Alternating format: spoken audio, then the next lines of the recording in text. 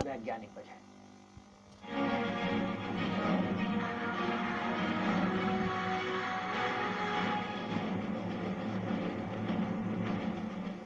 नेपाल के पोखरा में भूकंप क्यों आया, इसे समझने के लिए आपको बताते हैं कि आखिर भूकंप आता क्यों है। दरअसल हमारी धरती 4 परतों से बनी हुई है,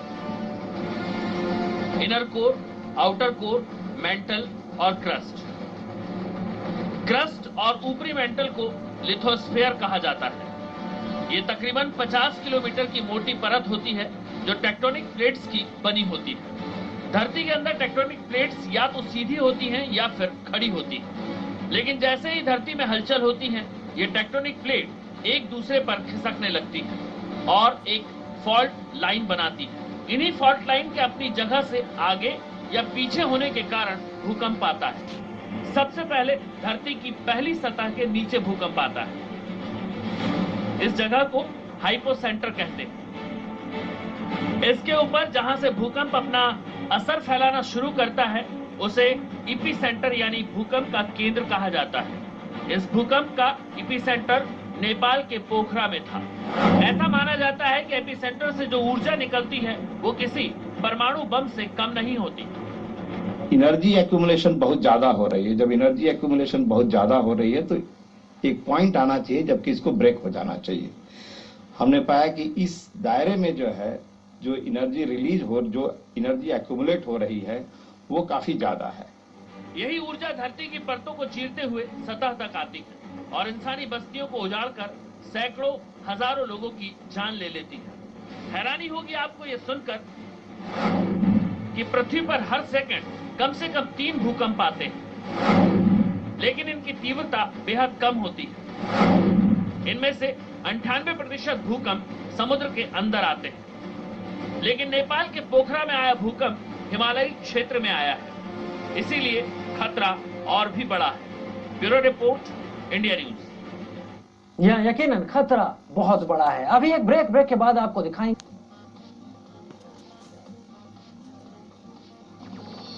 बद्रीनाथ के कपाट रविवार को खुलेंगे। बीआरओ और एनडीआरएफ के जवानों ने यात्रा की तैयारियों को अंतिम रूप दे दिया है। मंदिर समिति को इस बार ज्यादा भक्तों के पहुंचने की उम्मीद है। बद्रीनाथ केदारनाथ मंदिर समिति के अधिकारी तैयारियों का जायजा लगातार ले रहे हैं। बद्रीनाथ के कपाट खुलते ही चारों धाम की यात्रा शुरू हो जाएगी। केदारनाथ के बाद अब बद्रीनाथ में भी स्टेट डिजास्टर रिस्पांस फोर्स यानी एसडीआरएफ को जिम्मेदारी सौंपी गई है। जोशीमठ से बरगद के पेड़ की वजह से एक मकान पूरी तरह से गिरने से बचा। बाल बचे मकान में मौजूद लोग। इलाहाबाद की चौक मार्केट में भूकंप के बाद अफरा-तफरी, झटके आते ही लोग दुकानों से सड़क पर भागे। इलाहाबाद में भूकंप की वजह से तेजी से हिलने लगा पंखा, लोग घरों से बाहर निकले। शाहजहांपुर में तेजी से हिला दफ्तर में लगा पंखा, 1 मिनट तक दहशत में रहे लोग। मुरादाबाद भूकंप से तेज झटके महसूस किए गए, घर में रखी चीजें और पंखे हिलने लगे। तेज झटके से ग्रेटर नोएडा के लोग दहशत में आए, लोगों ने सिर में चक्कर किए महसूस। फिरोजाबाद में 11:43 पर महसूस किए गए झटके, लोगों में मचा हड़कंप, बाहर की ओर भागे। गाजियाबाद में भूकंप के बाद थोड़ी देर के लिए हुई दहशत, झटके आते ही लोग खुली जगह में पहुंचे। बहराइच में कुछ जगहों पर दीवार गिरी, दहशत में घंटों बाहर रहे लोग। आगरा में भूकंप से पानी की टंकी भी गिरी, किसी के हताहत होने की खबर। हरिद्वार में भूकंप के झटके से एक बड़ी दीवार गिरी, 3 गाड़ियों को नुकसान पहुंचा। कुछ कहना यहाँ पर लोगों का, ये भी आपका सवाल। और लोग अपने घर से बाहर निकल के, और प्रशासन की ओर से सुविधा है, जैसे तो 8 बजे ये पार्क बंद हो जाता था, तो 8 के बाद भी खुला रहेगा, तो लोग यहाँ इसी कारण से आए हुए। हम तो अभी आए थे बाजार, बच्चे को पार्क घुमाने के लिए आ गए। आप अपना नाम बताइए। पंकज।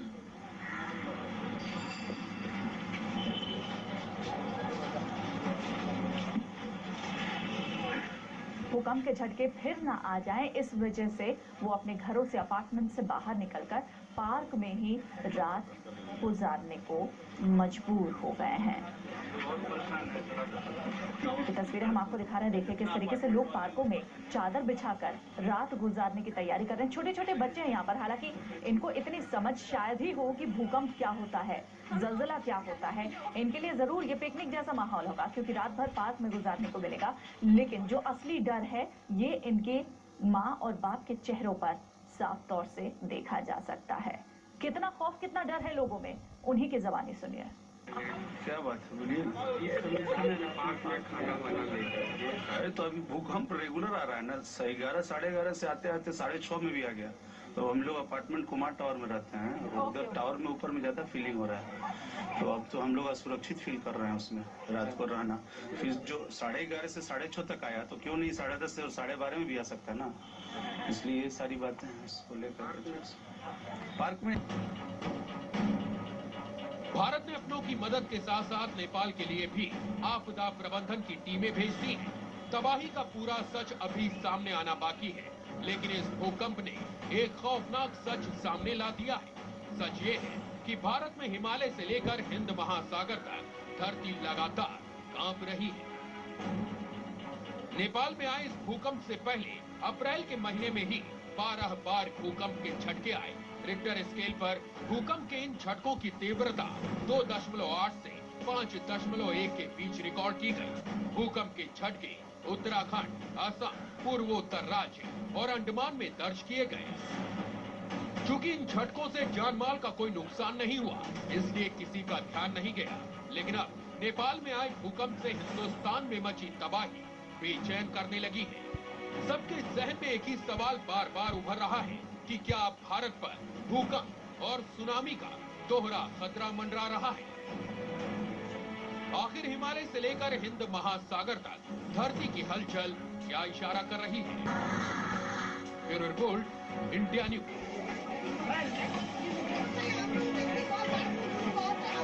रात बिताने के लिए, हालांकि वो लोग चैन से नहीं सो रहे हैं। वो लोग को इंतजार है, पता नहीं कब क्या हो जाए। वो लोग का मन में हर किसी का मैंने घबराहट देख रहा हूँ।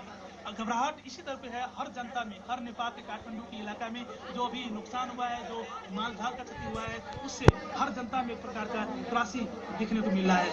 वीरेंद्र के एबीपी न्यूज, काठमांडू।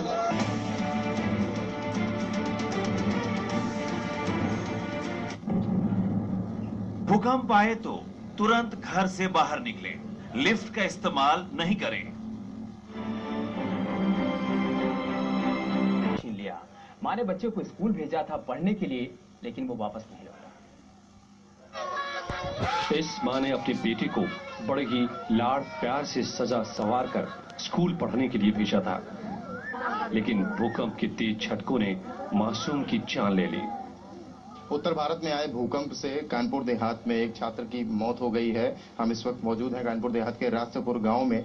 शिवली थाना लगता है ये, और यहाँ पर आप देख सकते हैं प्राथमिक विद्यालय रास्तपुर है। यहीं पर वो बच्चा अमन नाम का 12 साल का पढ़ रहा था। अचानक से 12:15 बजे के करीब ये झटके आए भूकंप के, और भूकंप के झटकों के बाद जैसा कि स्कूल के टीचर्स का कहना है कि उन्होंने बच्चों को, चूंकि बच्चों जो स्कूल है वो काफी छोटा है और प्रांगण नहीं है, इसलिए खुले में जाने के लिए उनको आदेश किया। और बच्चे वहां स्कूल से निकल करके और इसी जगह बाहर निकल करके आए, और बाहर निकलकर जब वो आते हैं तो यहाँ पर एक कच्चा मकान बना हुआ था, कच्चा ईंटों से पटा हुआ था। तो 2 बच्चे, अमन और विजय कश्यप नाम के बच्चे, यहाँ पर आकर के छिप गए, बैठ गए थे। बाहर निकालने पे एक गांव का किसी का कमरा बना हुआ है कच्चा, बच्चे पेड़ के नीचे पहुंच गए कुछ। जब तक सारे बच्चों को निकाला जाता तब तक वो कमरा गिर गया था, तो उसमें बच्चे दब गए।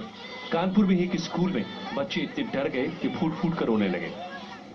सिद्धार्थनगर में भी स्कूल में एक छोटी बच्ची अपनी सीट से गिर गई। मुझे फोन से सूचना दी गई कि बच्चा स्कूल में पढ़ रहा था, भूकंप के झटके आए, उसी में बच्चा कुर्सी पर सीट पर से गिर गया और बेहोश हो गया। धर्म की नगरी अयोध्या में भी भूकंप से कामरूप कामाख्या मंदिर को नुकसान पहुंचा है। मंदिर की छत भरभराकर नीचे गिर गई। इससे मंदिर में भगदड़ मच गई। लोग मंदिर परिसर से बाहर भागने लगे।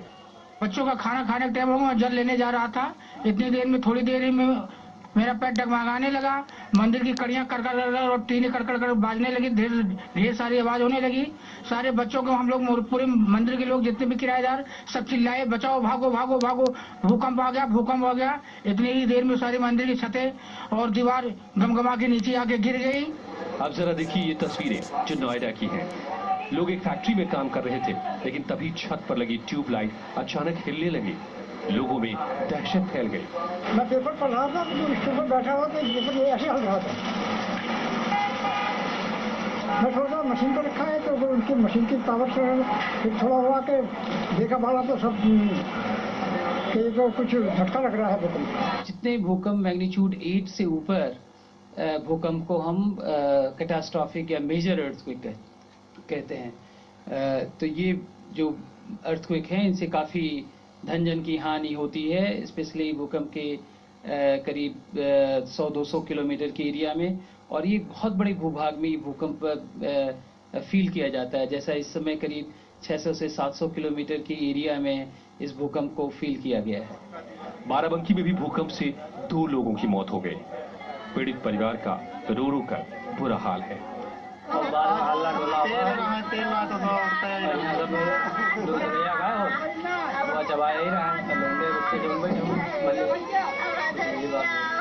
जैसे ही भूकंप आया, लोग अपने घरों से बाहर निकल आए। बड़ी इमारतों में बने दफ्तरों को छोड़कर लोग फौरन नीचे उतर आए। लोगों के दिलों में अब भी भूकंप की दहशत बनी हुई है।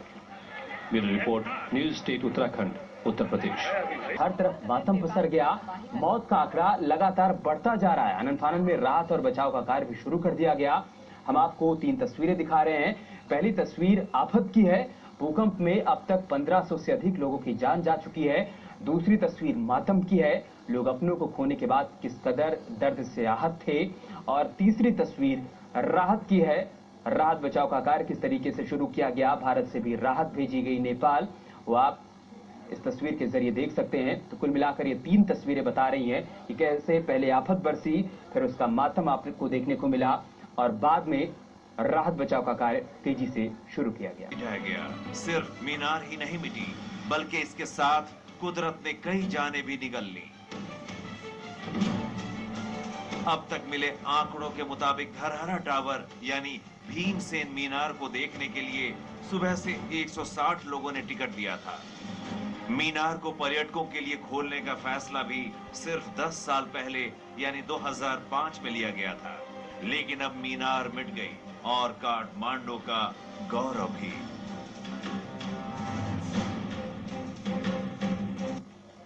नेपाल के भूकंप में कई मंदिरों को भी नुकसान पहुंचा है। राम जानकी मंदिर, जहां अपने नेपाल दौरे पर प्रधानमंत्री मोदी की यात्रा रद्द हुई थी, आपको याद होगा।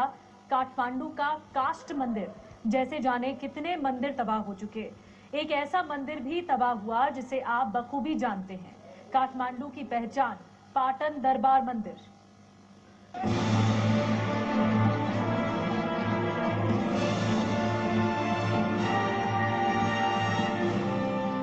आज आप नेपाल को पहचान नहीं पाएंगे।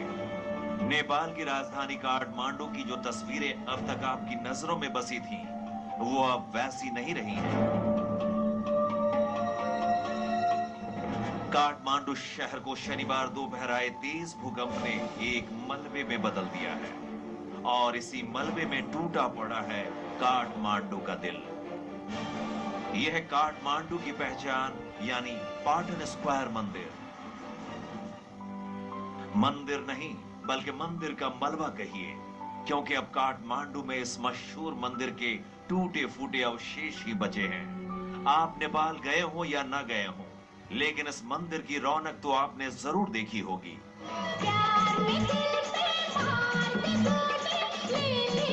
इस गाने की याद आज बिग बी को भी सता रही है। अमिताभ ने खुद ट्वीट करके इस मंदिर में अपनी फिल्म महान के गाने की याद दिलाई है, जिसकी शूटिंग उन्होंने 1983 में की थी। 30 बरस बाद इस गाने में दर्ज मंदिर की सूरत बदल गई है। यह सिर्फ एक मिसाल भर है। पाटन दरबार स्क्वायर मंदिर भारत के फिल्म का। आप देखिए कि कितना ऊंचा और कितना लंबा ये ट्रांसपोर्ट एयरक्राफ्ट है। नेपाल में जब भूकंप आया 7.9 तीव्रता का और वहां भारी जान माल के नुकसान की खबर आई तो प्रधानमंत्री नरेंद्र मोदी ने आपातकालीन बैठक की और ये तय किया कि हमारी वायुसेना, हमारी एनडीआरएफ की टीमें नेपाल जाएंगी, काठमांडू जाएंगी, उन तमाम इलाकों का दौरा करेंगी, उन तमाम इलाकों में जाएंगी जो बुरी तरह से भूकंप से प्रभावित हुए हैं। इससे पहले वायुसेना C-130 हर्क्यूलिस ट्रांसपोर्ट एयरक्राफ्ट में एनडीआरएफ के दस्ते को भेज चुकी है। एक C-17 ग्लोबमास्टर इससे पहले जा चुका है एनडीआरएफ के दस्ते के साथ, जो कि राहत और बचाव के कार्य करने में सक्षम है। ये जो C-17 ग्लोबमास्टर जो जाएगा, ये इसमें मेडिकल का सामान होगा, मेडिकल इक्विपमेंट होगी, दवाइयाँ होंगी, मोबाइल अस्पताल वहां पर लगाने की क्षमता होगी। ऐसा सामान यहाँ से लेकर वायुसेना की टीम जाएगी। हमारे साथ आप देख सकते हैं कि बहुत सारे वायुसेना के अधिकारी यहाँ पर मौजूद हैं, लोग यहाँ पर मौजूद हैं और ये सामान जो है कुछ इस तरह इस ट्रॉली के माध्यम से इस पर लोड किया जा रहा है। ये सारा मेडिकल का सामान है, मेडिकल इक्विपमेंट है, यानी दवाइयाँ हैं इसमें और मोबाइल अस्पताल अगर कहीं पर लगाना हो, उन इलाकों में, रिमोट इलाके, दूर दराज के नेपाल के इलाके जो भूकंप से प्रभावित हैं और जहाँ पर अस्पताल की सुविधा नहीं है, वो सब लगाने की सुविधा इन चीज़ों के माध्यम से जो है पहुंचाई जाएगी। फिर देखिए किस तरह से ये सामान जो है लादा जा रहा है C-17 ग्लोबमास्टर पर। तो इस ट्रॉली के माध्यम से जो बड़ा सा प्लेटफॉर्म है जिस पर ये सामान लदा हुआ है, ऐसे धीरे धीरे करके सामान, दवाइयाँ जो है लादी जाएंगी और उन्हें नेपाल तक पहुंचाया जाएगा। हमारे साथ एक वायु सैनिक इस वक्त मौजूद हैं। सर, हम देख रहे हैं कि ये इतना बड़ा हमारा वायुसेना का ये ट्रांसपोर्ट एयरक्राफ्ट इतना सामान लेके जा रहा है, इसमें आप मेडिकल इक्विपमेंट और दवाइयाँ वगैरह लेके। हमारा RAM की टीम कहा जाता है, रैपिड एक्शन मेडिकल टीम, तो वहाँ इमीडिएटली सहायता करने के लिए हम लोग को संदेश से मिला कि हम लोग इसलिए हम आके यहाँ पूरा जल्दी जल्दी लोडिंग करवा रहे हैं। कितना टन सामान इस पे ले जाएंगे? 70 टन का पेलोड का कैपेसिटी है इसमें। और इसमें लोग भी सवार?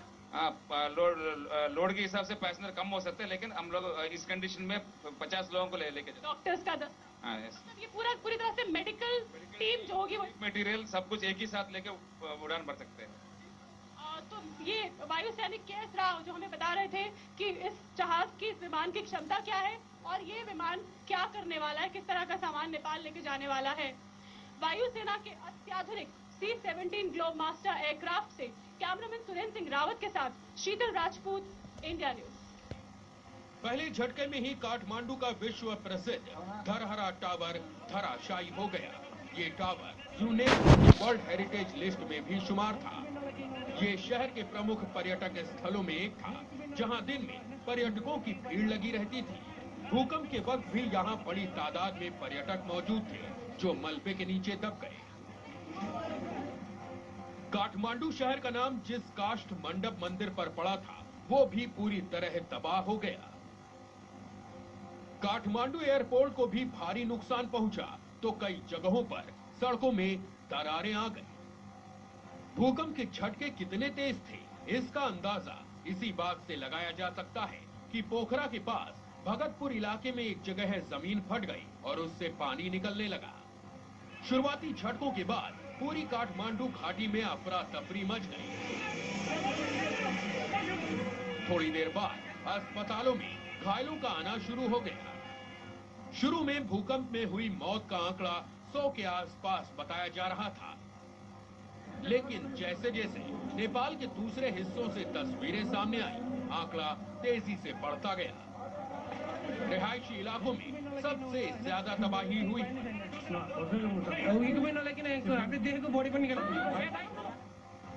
बचाव अभियान के दौरान सामने आ रही तस्वीरें दिल दहलाने वाली हैं।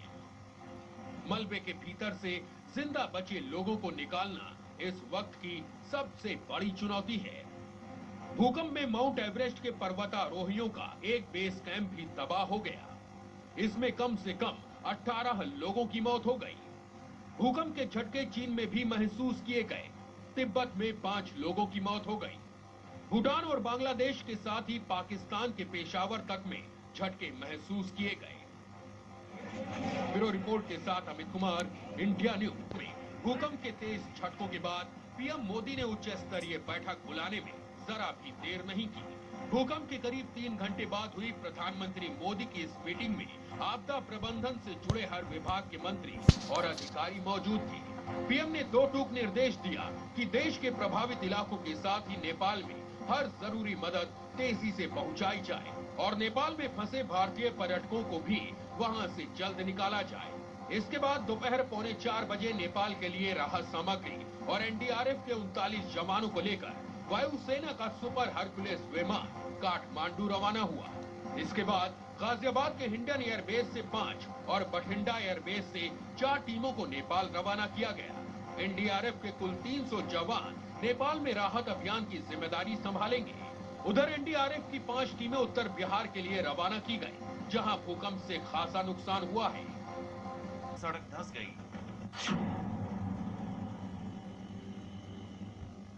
पश्चिम बंगाल के मालदा में एक स्कूल की रेलिंग गिर पड़ी। गनीमत रही कि समय रहते स्कूल बंद कर दिया।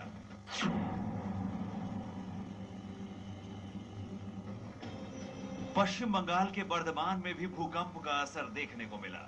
जैसे ही भूकंप आया, इस मॉल से लोग बाहर आ गए। मॉल की दीवार पर भूकंप से कहीं कहीं दरार भी आ गई।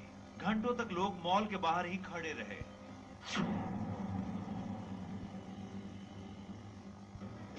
सिलीगुड़ी में भी काफी नुकसान की आशंका है। भूकंप के बाद देखिए कैसे एक इमारत का हिस्सा गिर गया। ये हिस्सा एक पेड़ के सहारे अटका हुआ है। यहाँ अभी तक किसी की जान के नुकसान की खबर नहीं है।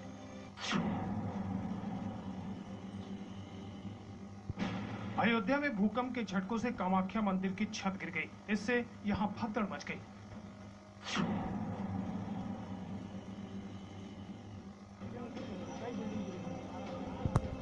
वाराणसी में भी भूकंप के जोरदार झटके महसूस किए गए। वाराणसी में कचहरी परिसर में जैसे ही लोगों को भूकंप का एहसास हुआ, सारे वकील अपने चेंबर से बाहर निकल आए।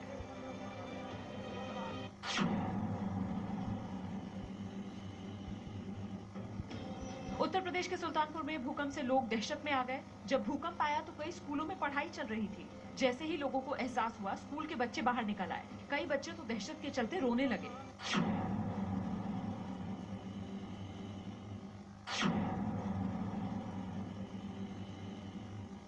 पटना में कुर्जी अस्पताल में एक कार्यक्रम में बिहार विधानसभा के स्पीकर उदय नारायण चौधरी भाषण दे रहे थे कि अचानक आए भूकंप से सभी को भागना पड़ा। पटना में भूकंप के तेज झटकों की वजह से लोगों के घरों के अंदर दीवार पर दरारें आ गई। दीवार पर दरार के बाद लोग घरों में जाने से घबरा रहे हैं।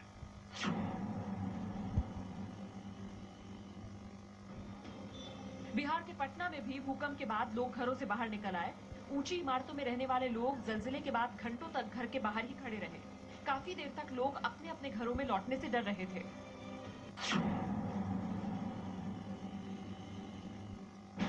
बिहार के मोतिहारी में कांपती धरती की चपेट में आकर 4 लोगों की मौत हो गई।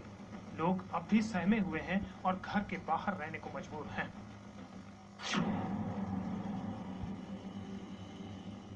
बिहार के कटिहार में एक मालगाड़ी पटरी से उतरकर ट्रैक्टर पर चढ़ गई और इसके बाद ट्रेन के डिब्बे छटक गए। गनीमत ये रही कि कोई हताहत नहीं हुआ।